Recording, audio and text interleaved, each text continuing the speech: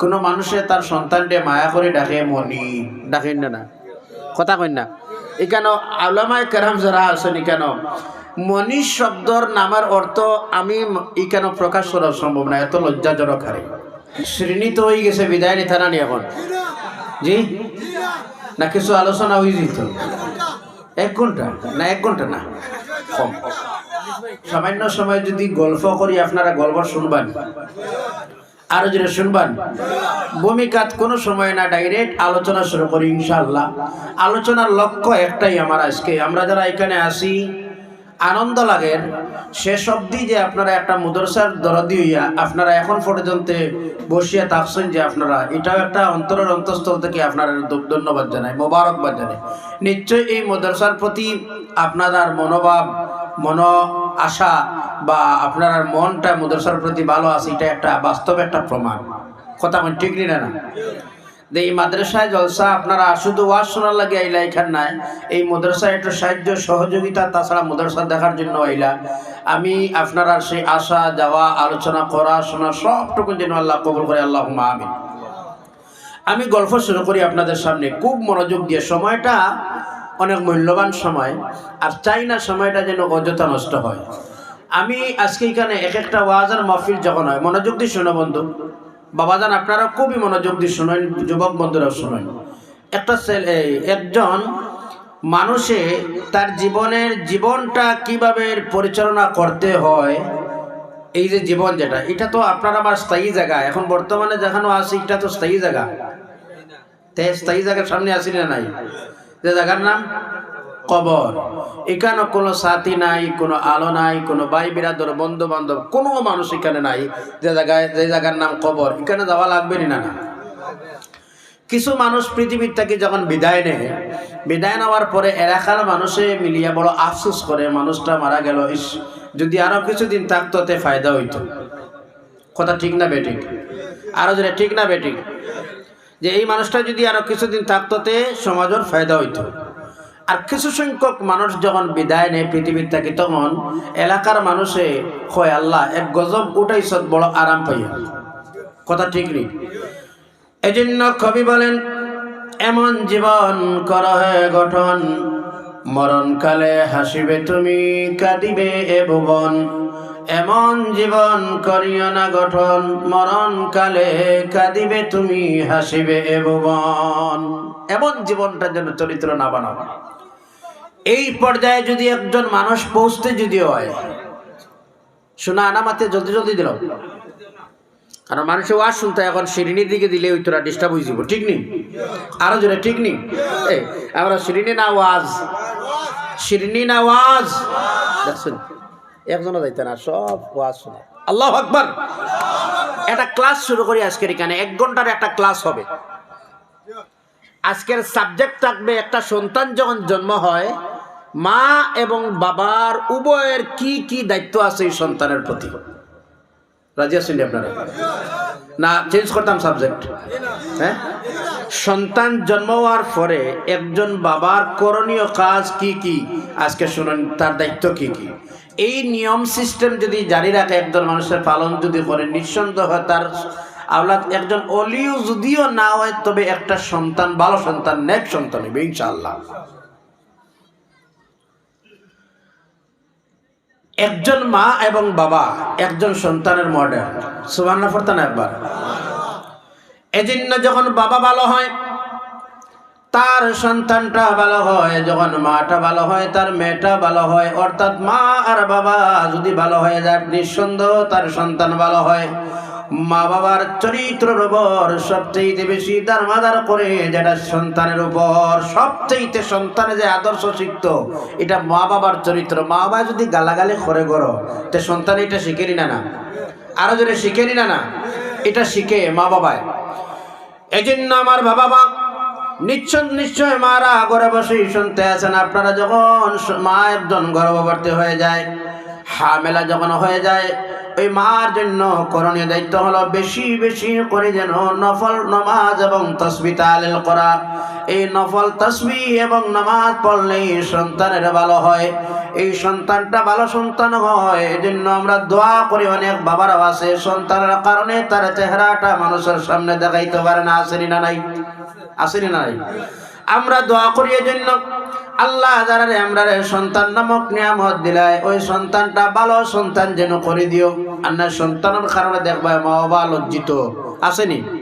আরো যদি আসেনি? একজন সন্তান যখন জন্ম হয় তার প্রধান দায়িত্ব কি হলো এবার আপনাদের সামনে আল্লাহর হাবিব সাল্লাল্লাহু আলাইহি ওয়াসাল্লামের কিছু হাদিস আমি আপনারা শোনাই। এক নম্বর যেই দায়িত্ব হয়, হাত গণবেন আর শিখবেন আপনারা আজকে। সন্তান যখন ভূমিষ্ঠ হয় জন্ম হয়, আল্লাহর হাবিবের হাদিস, মান উলিদা লাহু ওয়ালাদুন ফাআযানা ফি হুজনিহিল ইয়ুমনা। আজান যখন সন্তান জন্ম হয় তার ডান কানের মধ্যে বাবা হিসেবে প্রধান দায়িত্বই হলো তার কানে গিয়ে আল্লাহর নাম শুনি, অর্থাৎ আজান দেওয়া। প্রধান দায়িত্ব কোনটা? আরো জোরে কোনটা? এক নম্বর হলো সন্তান যখন জন্ম হয় তুমি আজান দাও। আজ অনেক বাবারা আছে নিজে আজান দিতে পারে না, আসেনি না নাই? আরো জোরে আছে, আসেনি না নাই? ইমাম সাহেবের কাছে চলে যায়, ইমাম সাহেব আমার একটা সন্তান ঘরে ছেলে সন্তান জন্ম নিল, আজানটা দেন। খাদিম সাহেবের কাছে চলে যায়, গিয়ে বলে খাদিম সাহেব আমার একটা সন্তান হলো, আজান দিন। এবার একটা মনে মনে ধারণা করেন তো যে বাবাটা সন্তান জন্মের পরে আজান দিতে পারে না, সন্দেহ আছে ওই মানুষটাই কলিমাও তো না জানতে পারে, ঠিক নিনা না? আজান যে মানুষে জানে না, সন্দেহ আছে ওই মানুষে হয়তো কলিমাও না জানতে পারে। কথা ঠিক নিনা না? আল্লাহর হাবিবের হাদিস এক নম্বর হলো মান উলিদা লাহু ওয়ালাদুন ফাআযানা ফি উযনিহিল ইয়ুমনা ওয়া আকামা ফি উযনিহিল ইসরা ওয়া লাম তাদুরহু উম্মুস সিবিয়ান। সন্তানের কানের মধ্যে আজান দেয়, আজান দিলে ফায়দা কি হয় জানেননি? আমরা আজান দিই না নি বাচ্চা জন্মের পরে? না দেই না? আজান দেই। আজান দিলে ফায়দা কিতা হয়? মনোযোগ আসেনি আপনারা? সন্তানের কানে যখন আজান দেওয়া হয় একটা নাই দুইটা নাই বাবা, চারটা ফায়দা হয়। এক নম্বরে ফায়দা হলো আল্লাহ নবী সাল্লাল্লাহু আলাইহি ওয়াসাল্লামের হাদিস, যখন যে সন্তান যার ঘরে জন্ম হয়, চাহে ইহুদির ঘরে হোক, চাহে নাসারার ঘরে হোক, চাহে খ্রিস্টানের ঘরে হোক, আল্লাহর হাবিবের হাদিস, জন্মসূত্রে সেই সন্তানটা মুসলমান। জোরে বলেন সুবহানাল্লাহ। মিজু করে জন্ম নিছে এই মুসলমান নেই? হ্যাঁ মুসলমান নেই? জন্মের লগে লগে মুসলমান না মিজু? না। হ্যাঁ কিছু আজ কইন না আপনারা, জন্ম সূত্রে সূত্রে মুসলমান, জন্মের সঙ্গে সঙ্গে সুবহানাল্লাহ একবার। ইহুদির ঘরে জন্ম নিল, জন্ম সূত্রে সে মুসলমান। ফাবাওয়াইহি আল্লাহর হাবিবের হাদিস ইলা আখিরিল হাদিস, তার মা আর তার বাবা তার যার যার ধর্ম শিক্ষা দিয়ে তার ইহুদ মানায়, নাসারা মানায়, খ্রিস্টান মানায়। তে আজান কেন দেওয়া হয়? এক নম্বরে ফায়দা হলো সন্তানের কানের মধ্যে গিয়ে যখন বলা হয় আল্লাহু আকবার, আল্লাহু আকবার, আশহাদু আল্লা ইলাহা ইল্লাল্লাহ, আশহাদু আন্না মুহাম্মাদার রাসূলুল্লাহ, এইভাবে যখন সন্তানের কানের মধ্যে গিয়ে আজান দেওয়া হয়, আজান দিলে ফায়দা হয় ওটা ওই যে সন্তান যেটা জন্মই নিল সে যেন শোনার সঙ্গে সঙ্গে বুঝতেই পারে আমার জন্ম হলো মুসলমানের ঘরে। সুবহানাল্লাহ। আমার জন্ম কোন ঘরে হইছে জন্ম এটা বুঝতে পারবো যে আমার গরব যে ঘরের মধ্যে জন্ম হলো, যে ঘরটা হচ্ছে মুসলমানের ঘরে। এক নম্বর হলো। আর দুই নম্বর ফায়দা হয় ওয়াহদানিয়ত এবং রিসালাত, আল্লাহ রাব্বুল আলামিনের এক, যে আমার আল্লাহ রাব্বুল আলামিন, আল্লাহ ছাড়া আর কোনো মাবুদ নাই। আর আল্লাহ রাসূল সাল্লাল্লাহু আলাইহি ওয়াসাল্লাম হচ্ছেন আপনার আমার নবী মুহাম্মদ আরবি সাল্লাল্লাহু আলাইহি সাল্লাম। এই যে মুহাম্মদ সাল্লাল্লাহু আলাইহি ওয়াসাল্লাম আল্লাহর রাসূল, তার কানের মধ্যে এলান করে দেওয়া হয়, ও বাচ্চা তুমি শোনো, আল্লাহ একজন আর মুহাম্মদুর রাসূলুল্লাহ হচ্ছেন আমাদের রাসূল। যারা বলেন সুবহানাল্লাহ। দুই নম্বর এলান দেওয়া হয় যে তোমার আল্লাহকে, কথা কই না কেন, আল্লাহকে, আল্লাহ কয়জন? আরো জোরে কয়জন? আজান দেওয়ার ফায়দা আল্লাহ একজন। দ্বিতীয় ফায়দা আল্লাহ একজন। এবং নবী মুহাম্মদ আরবি সাল্লাল্লাহু আলাইহি সাল্লাম আল্লাহর রাসূল। সুবহানাল্লাহ পড়েন না? কয়টা ফায়দা গেল? মূলও গফ আছে কইছি। কয়টা ফায়দা? 2। 3 নম্বর ফায়দা, 3 নম্বর ফায়দা ওটা হইল শয়তান যখন এই বাচ্চাই জন্ম হয়, শয়তান বাচ্চার কিনারার মধ্যে আসে আর শয়তান লাই লাই লাই লাই শয়তানের ওয়াসওয়াস দিতে থাকে। আল্লাহর হাবিবের হাদিস, যখন আজান হয় তখন শয়তান বায়ু ছাড়িয়া দৌড়ায়। জোরে বলেন সুবহানাল্লাহ। মসজিদে যখন আজান হয়, ফজরের আজান, জোহরের আজান, মাগরিবের আজান, এশার আজান, আসরের আজান, শয়তান পিছনে রাস্তায় বায়ু ছাড়ি ছাড়ি দৌড়ায় খালি। আজান শেষ আবার দৌড়িয়া আয়। আল্লাহু আকবার। শয়তান বাচ্চা যখন জন্ম নেয় তখন শয়তান গিয়ে খেলাধুলা করে বাচ্চার লোকে। মনে রাখবা, আজান যখন দেয় একজন মানুষ, তার কিনারায় যে শয়তান, ওই শয়তানটা যখন বায়ু ছাড়িয়া দৌড় আরম্ভ করে। 3 নম্বর ফায়দা। আর আল্লাহর হাবিব সাল্লাল্লাহু আলাইহি ওয়াসাল্লাম রাশিক উম্মতগণ শুনেন, 4 নম্বর ফায়দা হইল যে বাচ্চার জন্মের পরে আজান দেওয়া হয়, জীবনে ওই বাচ্চার কোনোদিন মির্গি বেমার হয় না। সুবহানাল্লাহ। কোন বেমার? আরো জোরে, কোন বেমার? মির্গি বেমার। এখন মির্গি বেমার যারা মাঝে মধ্যে হয়, একটু আজান হইল না এটা ডাউট আছে। এই তো আল্লাহর হুকুম পরে কোনটা হইব না হইব। তবে হাদিসের দৃষ্টিতে বাচ্চার খানে আজান দিলে আর মির্গি বেমার, আরো জোরে মুরগি বেমার। আজান দিলে ফায়দা কয়টা হইল? আরো জোরে কয়টা? 1 নম্বর কোনটা? আর জানেন না, হে যে মুসলমানের ঘরে জন্ম নিল এটা বুঝলো। 2 নম্বর কোনটা? আল্লাহ একজন আর আল্লাহ রসুল মুহাম্মদ রাসূলুল্লাহ সাল্লাল্লাহু আলাইহি ওয়াসাল্লাম আল্লাহ রসুল, হইল কয়টা? 2টা। 3 নম্বর কোনটা? শয়তান বাগি যায়, শয়তানের ওয়াসওয়াসা দেয় না। আর 4 নম্বর কোনটা? হ্যাঁ, ও লাস্টটা মুখস্থ হইছে না? 4 নম্বর কোনটা? ও মির্গি বেমার। ওয়াজ তো কিছু হুনতা, কিছু হিকতা, কিছু জানতা। এখন ওয়াজ তো একটা ক্লাস হিসেবে যদি আর কন্যা জানেন না, তো এই ওয়াজর আর হুনে কিতা করতাম। কয়টা গেছে? তাই 1 নম্বর বাবার দায়িত্ব কোনটা? সন্তান জন্মের পরে, আরো জোরে, সন্তান জন্মের পরে আজান। 2 নম্বর দায়িত্ব হলো আল্লাহর হাবিব সাল্লাল্লাহু আলাইহি ওয়াসাল্লামের হাদিস, আক্কা রাসূলুল্লাহ সাল্লাল্লাহু আলাইহি ওয়াসাল্লাম আনিল হাসান ওয়াল হুসাইন ইয়াউমাস সাবি' ওয়া সাম্মাহুমা ওয়া মানা আইয়ুমাতা আন রুসিহিমাল আযা। 2 নম্বর দায়িত্ব, আক্কা রাসূলুল্লাহ সাল্লাল্লাহু আলাইহি ওয়াসাল্লাম আন হাসাইনি ওয়াল হুসাইন। রাসূল সাল্লাল্লাহু আলাইহি সাল্লামের নওয়াসা হাসান এবং হুসাইন জন্মের পরে রাসূল সাল্লাল্লাহু আলাইহি সাল্লামে আকিকা দিলা। রাসূল সাল্লাল্লাহু আলাইহি সাল্লামে আকিকা দিলা ইয়াউমাস সাবি', 7 নম্বর দিন। কত নম্বর দিন? বাচ্চার আকিকা কত নম্বর দিনে দিতে লাগে? 7 আর 9 14 আর 9 21, সত্য মাসলা জানা আছে। 7 আর 9, তবে 7 দেওয়া উত্তম, 7 দেওয়া 22 ভালো। রাসূল সাল্লাল্লাহু আলাইহি সাল্লাম হাসান হোসেনের 7 দিয়েছেন। 2 নম্বর হলো ওয়া সাম্মাহুমা, আপনার সন্তানের নামটা ভালো নাম রাখো। আল্লাহর হাবিবের হাদিস, সবচেয়ে জমিনের মধ্যে ভালো নাম হলো আব্দুল্লাহ এবং আব্দুর রহমান। সুবহানাল্লাহ। ভালো নাম রাখো।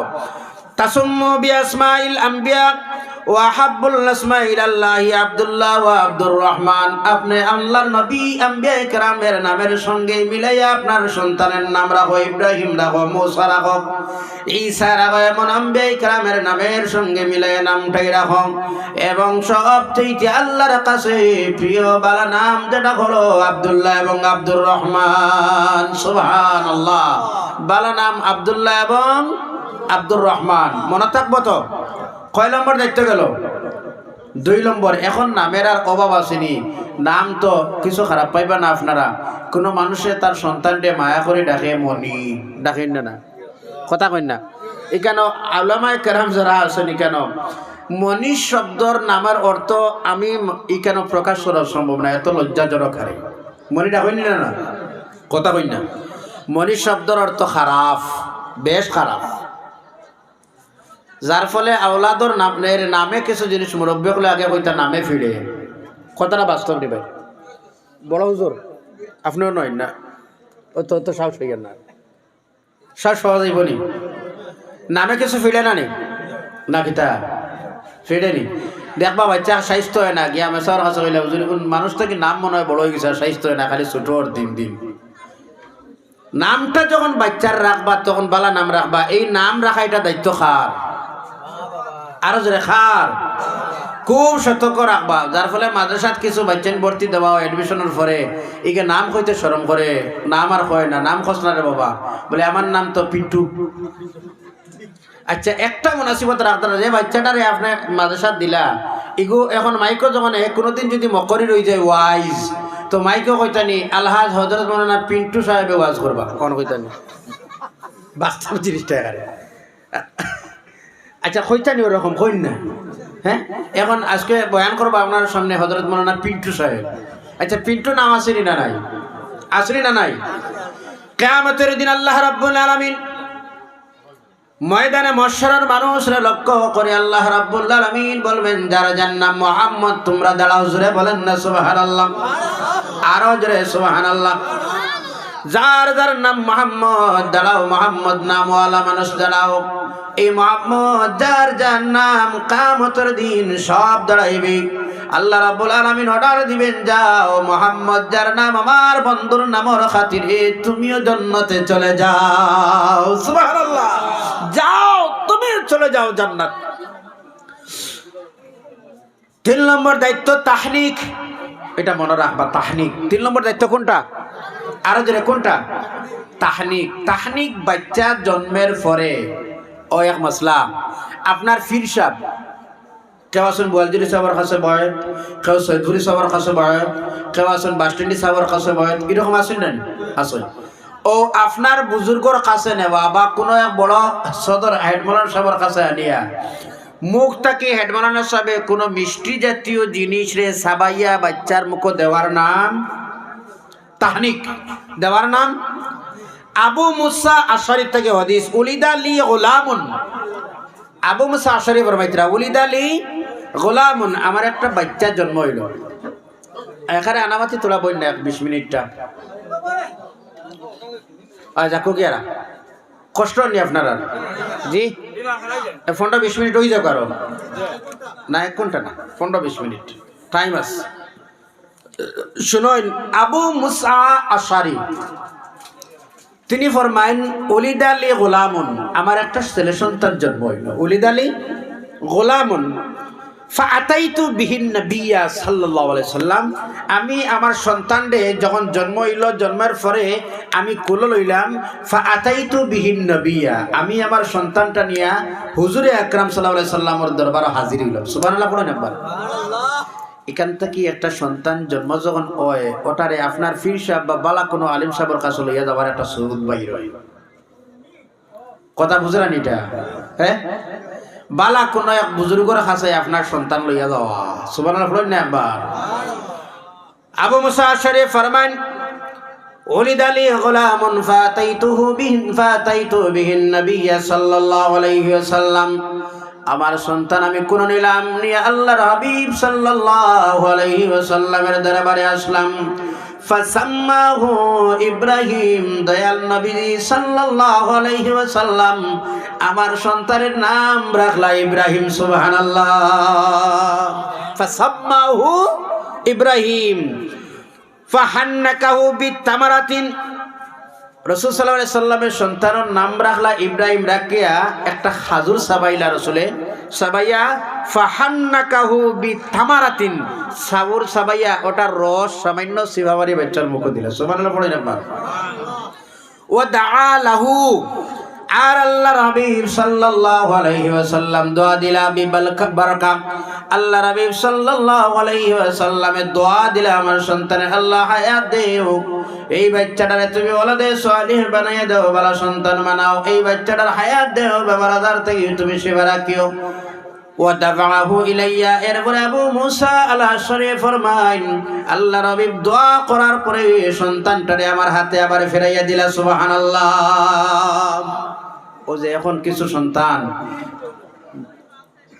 সন্তান এইসব আমল না করার কারণে এখনো কিছু সন্তান আছে দেখুন কথা আছে আমরা গ্রামীণ একটা শব্দ গুটির থাকতে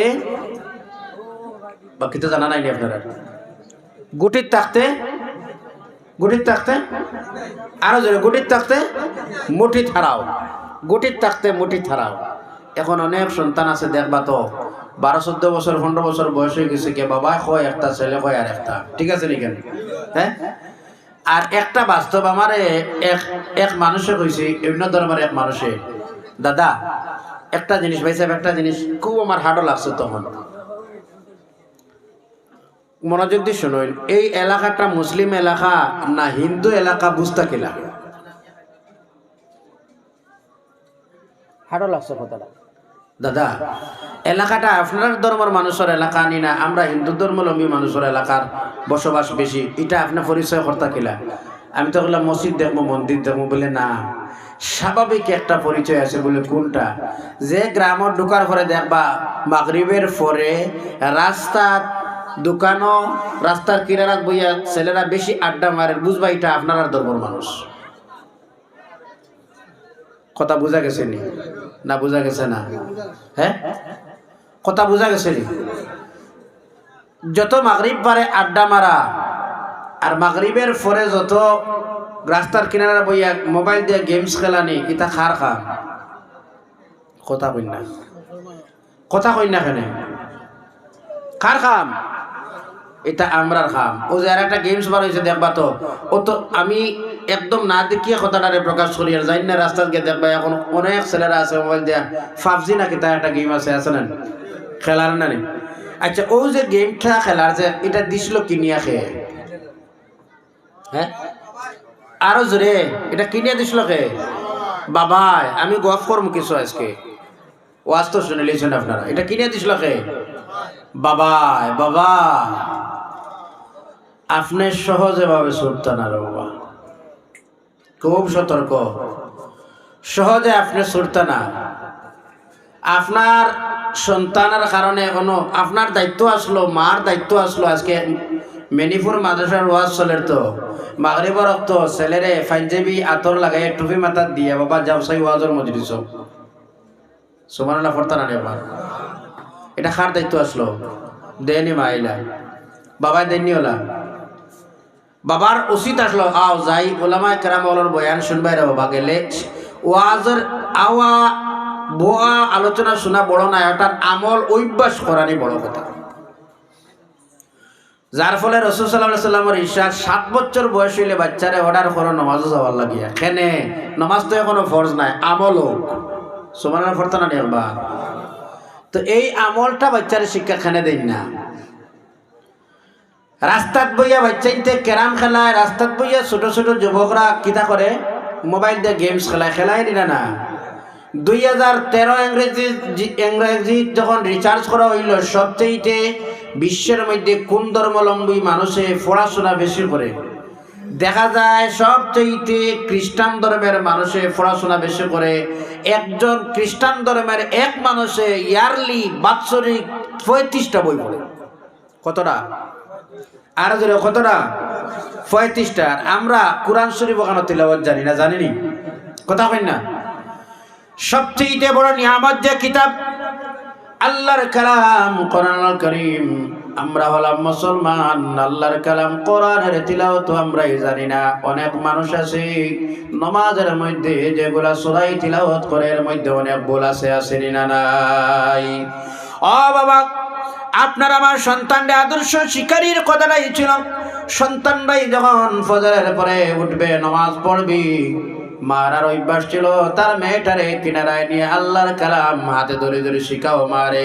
আর যদি সম্ভব না হয়, আমি যে সূরাটা আপনাদের সামনে তিলাওয়াত করলাম ইয়াসিন শরীফ, আর যদি না হয় সূরা ইয়াসিন মুখস্থ করাও। সকাল আর বিকাল আল্লাহর কালাম ইয়াসিন শরীফ রে যেন তিলাওয়াত করতে পারে বাচ্চারা, এমন শিখানি হয়নি। সংকটময় মানুষের জন্য সময় কোনটা?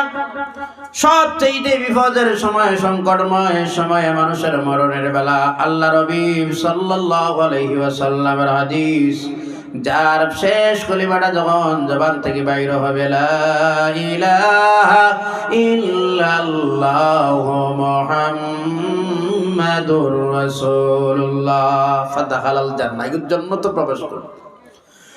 সংকটের সময় হয়, ওই সময় অনেক মানুষ আছে কলিমার সহিত মানুষ বিদায় নেই, আবার অনেক মানুষ আছে বিমান হইয়া মানুষ পৃথিবীর থেকে উঠানি হয়, ঠিক না না? এই জন্য প্রায় মানুষ মরণের সময় দেখবা এই মরণের যন্ত্রণায় মানুষ পেশাব এবং পায়খানা করি ওই যায়, ওই না ওই না পেশাব পায়খানা মানুষ হয়ে যায়।